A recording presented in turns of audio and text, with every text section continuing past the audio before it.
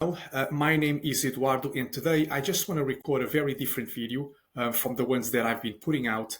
And once again, I'm amazed at at how many comments and subscribers the channel have been getting.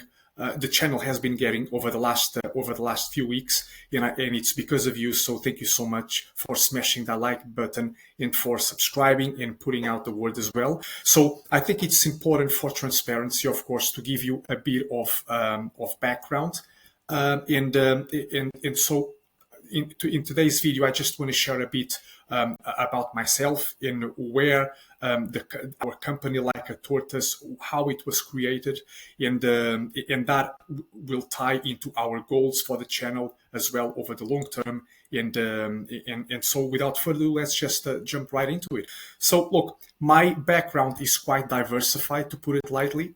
So, I have a career spanning HR, but also software engineering. In fact, I was working. Part of the reason that I came here to the UK 8 years ago was to study a second master's in international business management at Convent University, and then I landed a job as a QA engineer immediately afterwards.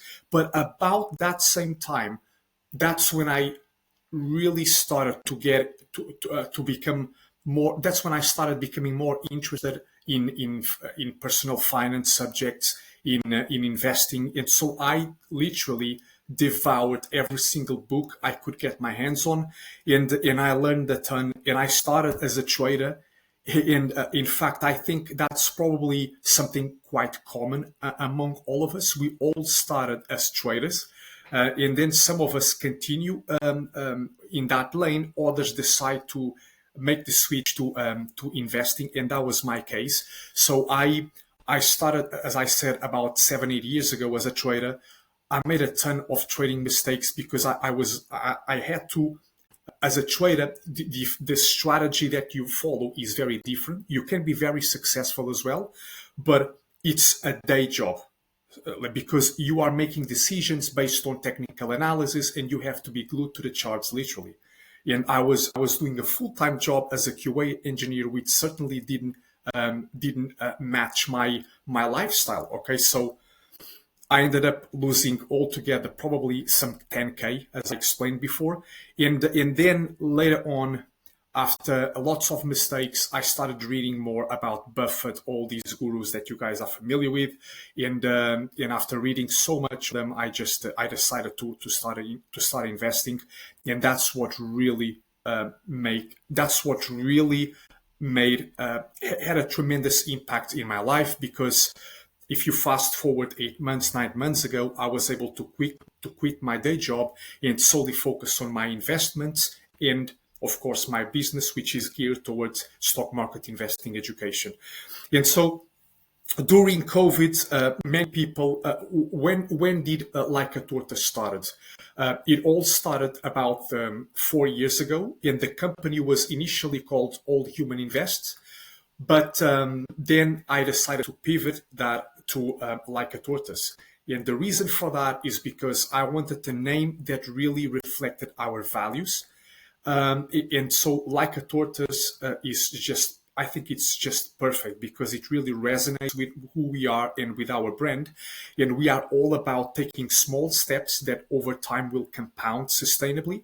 And we know we are going to become rich. And I think this is very important, guys. We know that if we follow this structure, and if we have patience, which is what most people in the stock market lack, we are going to make a lot of money. All right. And so I decided to also share all of the knowledge that I've acquired over the years. And this is what I do essentially. So I teach people to adopt a sound, time-tested strategy that was laid out many decades ago by Ben Graham, but has since evolved, and of course with a few tweaks of my own. But the core principles are essentially the same, And this is what I intend to do. Okay, so I'm helping people along their own journey as well. And you can see that the reality here is that if you go back to 1936, you can see that stocks like throughout history have always gone up. And I do expect this continue. I'm a long-term optimist. I think this is important, right? If you think the economy, for example, if you are investing in the United States or all over the world, if you believe the world is going to be in a better position over the next 10, 20, 30 years, then stocks are the place to be. Because what drives a country forward is our companies that innovate, that create wealth, right? And so I strongly believe that stocks are the place to be. And unfortunately, the average investor, as you can see right here, let me pause here for a second and tell you that a lot of the stuff that I do is always research based. I'm a very visual person. And so you can see that here in this chart that was put out by JP Morgan, it comprises data from 2022 all the way through 2021. And you can see that the average investor only achieves 3.6% annualized returns. Over that same time frame, the S&P delivered 9.5%. So what the heck is going on here? Because these people will be far better off putting their money into the S&P. However, the reason for this lackluster performance is because most people don't know what they're doing. They lack a clear strategy, a clear framework, and they typically make emotional decisions, right? So they buy at the highs, they sell at the lows, and they don't know what they're doing. And unfortunately, that seems to be the case with some of you who are probably watching this video right now. And based on the comments that I see, like to some of my videos, I can see that many of you don't have that strategy, and that is a problem. Because the same way compounding can work amazingly well, it can go against you as well, okay? And I think it's important to understand that. Let me share you this, that, for example, this is what it takes to break even after a loss. So if you lose 30%, then you need 43% to break even. But if you lose 60%, then you will need 150% to break even, and it goes on and on. Okay, so the higher the losses, then the more you will have to gain in order just to break even. Not making money, just to break even. And so it can take many, many years for you just to break even. I think it's very important to understand how this works. All right, and so and this is quite sad, unfortunately. And so where we come in is and of course. Also, I mean, we have people my generation, millennials, and even younger people. They prefer to speculate on things that they can't put a value on, and that includes, for example, crypto. And by the way, I'm not trying to take any sides here. So I don't. I understand how crypto may have its place in the world, and certainly I like what Ethereum is doing, for example, but. The problem with crypto is that just like a Picasso painting, you cannot put a value on it because it's not a cash generating asset. It doesn't produce any cash dividends. It's certainly not a commodity, right? And so how can you put a value on it? And that's the thing. So I stick with stocks because I've learned over time that even by solely focused on companies, you can make a lot of money. In fact, look no further. Just look what Warren Buffett is doing. All the big guys like Bill Ackman, Charlie Munger, Warren Buffett, all these guys have made their wealth through investing, through stock market investing. So why can't we? Okay, so yeah, and by avoid speculative assets, you can most importantly avoid terrible losses that, like as I said, will require many years for you just to come back from, right? So, like a tortoise, we want to be like a tortoise. Slow and steady will win the race over time. And I can see that. Look, I've made the company company like a Tortoise portfolio completely official about 2 years ago. And so far, we have been compounding money at about 28% per year, as you can see right here. So very transparently, this is January 2029. We are now, of course, in October 2025, about 2 years. And you can see that there is a big divergence between our portfolio performance and the stock market on the whole. I expect this to be kept over time. Look, I'm not saying that we are going to continue to achieve 30%, 28% annualized returns, but the strategy works, guys. This is very important, and you don't even need to take my word for it. For example, let's show you, as I mentioned, what the data shows us. And you can see that quality, this data, that research that was put out by Schroders, you can see that it goes back to the 90s. And since 1990, all the way through today, you can see that quality at reasonable price has greatly outperformed the MSCI UK, okay, by a wide margin. Do I follow this strategy? I like quality, but I like to buy it at a big discount, if that makes sense. I don't think I'm a core value investor, and I will talk a bit more about the framework ahead. But a typical value investor will buy stocks regardless of whether they are good or bad. And then because they are buying well below intrinsic value, and their goal is to simply hold it for a few years and then dump it the moment the market reprices it. I don't want to do that. And so I want to keep, if possible, most of my positions for the very long term. You cannot do that with a below average company or even an average company. And that's why I only focus on high quality companies. But then where I differ from a typical quality investor is that they will buy at what they call reasonable valuations. And that sometimes is like a PE of 25, 30. For me, that's a premium. All right. And I've learned that no matter how great the company is, even those companies go through periods of uncertainty, and that's when you should attack them. Okay. So let's continue. Let's not digress. And this is our main goal.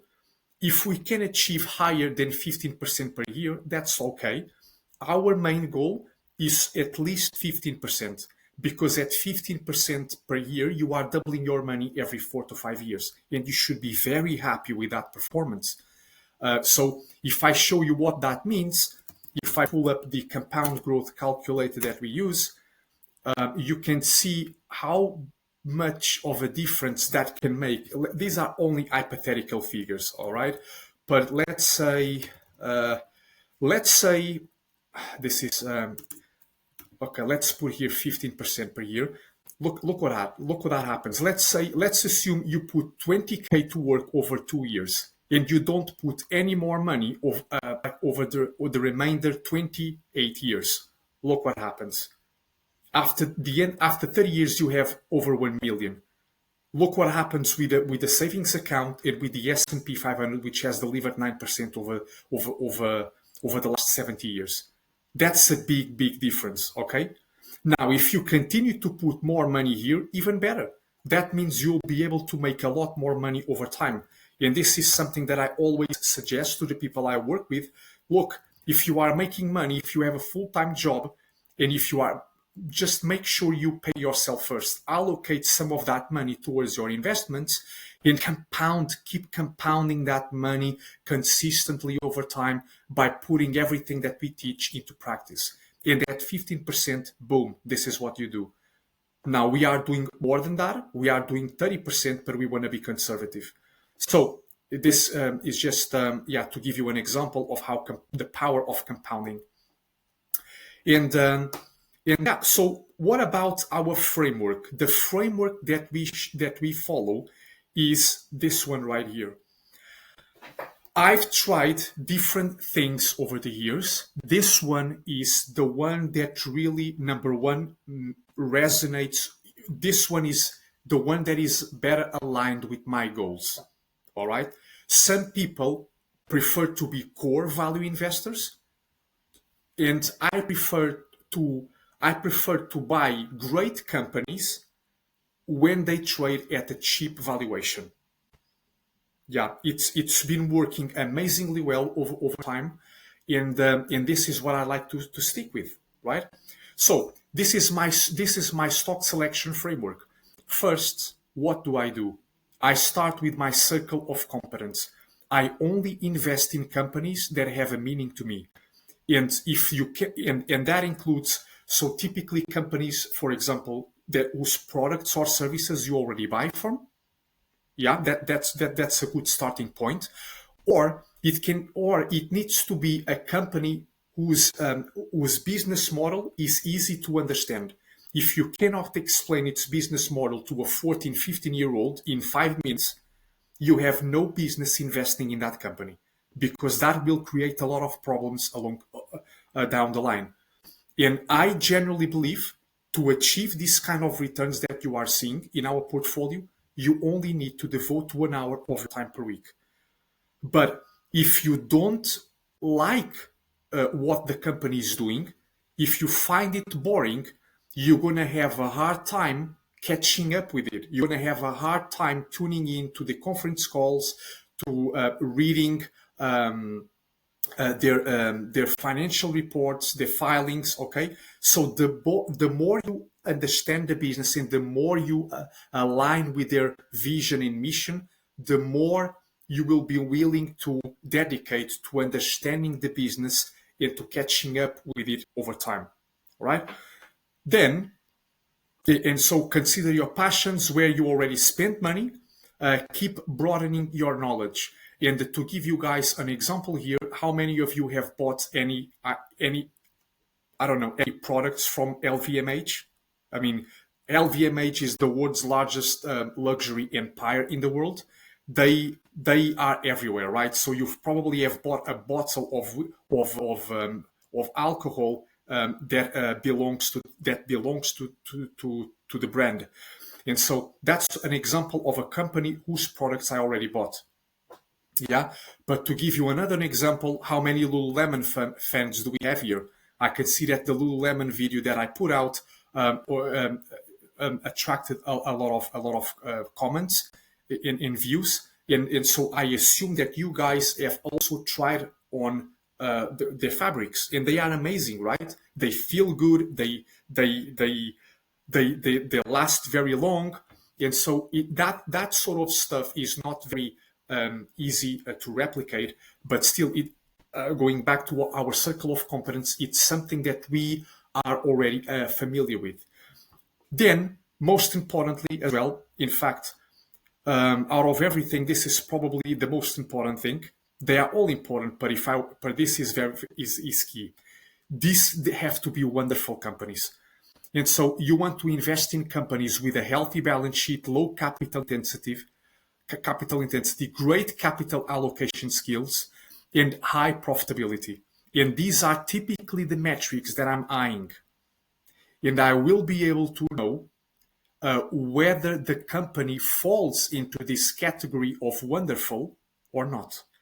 So, for example, ROIC is by far the most important metric, in my opinion. If a company has had ROIs for 10 or 15% over the last 10 years, that tells you something, because it tells you that the company is very efficient at deploying capital, right? And they are making more and more money on the capital that they invest. Not every company can achieve those rates of return here. So for them to do that, that means they have something. They have a competitive advantage, right? Something that keeps competitors at bay. And then I look at all the other metrics that you can see right here. Now, there's a caveat here. Every company is unique because we are talking about companies in different industries, right? And some of the companies in my portfolio, for example, and look, you know this, Alibaba is my largest holding. And now, does the company, did Alibaba have managed to achieve 15% ROIs over the last 10 years? No. The reason I bought Alibaba is because I met many of these of the criteria that I'm eyeing, but the valuation was so compelling when I was buying it that it was literally a no-brainer at those levels. Okay, on top of meeting a lot of my criteria as well. That's important. So this is not something strict. That's what I'm trying to say. There's a lot more that comes into play, but this is to give you a high level understanding of what I'm looking for. Now, outstanding managers, no matter how great the company is and how well you know the company, if I don't like the management team, I don't put my money in them. All right. So I only want to invest my money with owner-oriented managers. Family companies and founder-led companies tend to outperform, for example. Yeah. Or I like to see that there is a lot of skin in the game. So if the CEO has a big chunk of his net worth tied into the company, I like that. All the companies in my portfolio, for example, in this Like a Tortoise portfolio, for example, Alibaba is the current CEO and chairman are co-founders. Very good.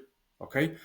LVMH, the family, the Arnold family owns almost 50% of the stock. I love that. PayPal has been buying back shares like crazy, which is part of the reason why I decided to invest in it. Evolution AB, the CEO buys back stock like crazy. He has a big chunk of his wealth in the business, and the founder also sits on one of the founders also sits on the board. Okay, so so we have a high insider ownership here. You can see that all these companies typically have those characteristics. And last but not least, trading at low valuations. Reasonable valuation is not enough for me because I want to have a significant margin of safety. And so I invest in companies trading below their intrinsic value, apply a 50% margin of safety. Right? How do I do that? How do I determine a company's valuation? I typically like to use Philtown's 3 valuation methods, which I've already covered here. Payback time, margin of safety, and 10 cap owner earnings. And then I like to use a reverse DCF, reverse discounted cash flow, because I like to understand what kind of growth assumptions are built into the current stock price. Right? That gives me another perspective on value and price. Okay. And ultimately, the portfolio that I own will never have more than 8-10 companies at any given point in time, because I like to understand the companies that I own very well. And I think this is very important for you guys to understand. So every company that I showed you, I try to learn everything I can on the company, every possible thing you can imagine, on top of reading annual reports, quarterly reports, tuning into the conference calls, and reading all sorts of developments that happen at the company level, what they say, watching the management team's interviews on YouTube. I do everything that I possibly can to understand it. So I absorb as much as I can. I'm very curious by nature, and I know that will allow me to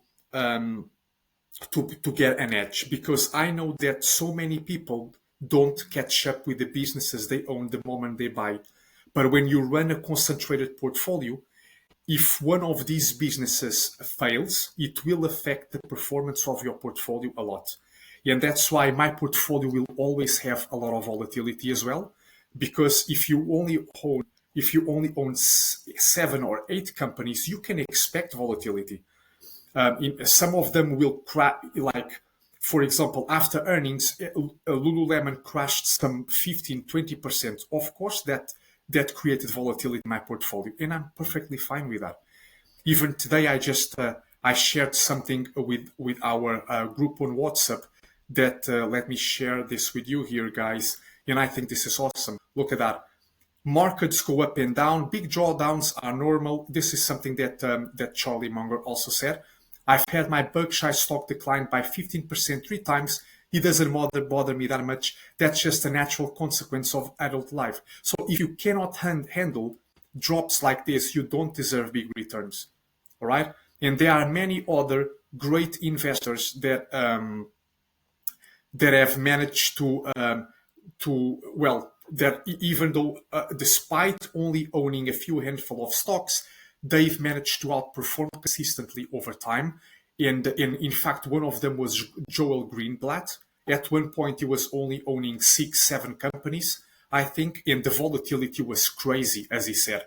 And so you have to be prepared for that if you only hold this many number of companies. Okay, so look, this is the framework that I follow, and once again, I this is something that I've learned from years of experience from investing in my personal from investing in my personal education over time, and this is what I'm sharing with you right now. I think it really incorporates all the main lessons that I've learned over time. Of course, I've learned a lot more, but this will give you already a higher level understanding of what I'm doing.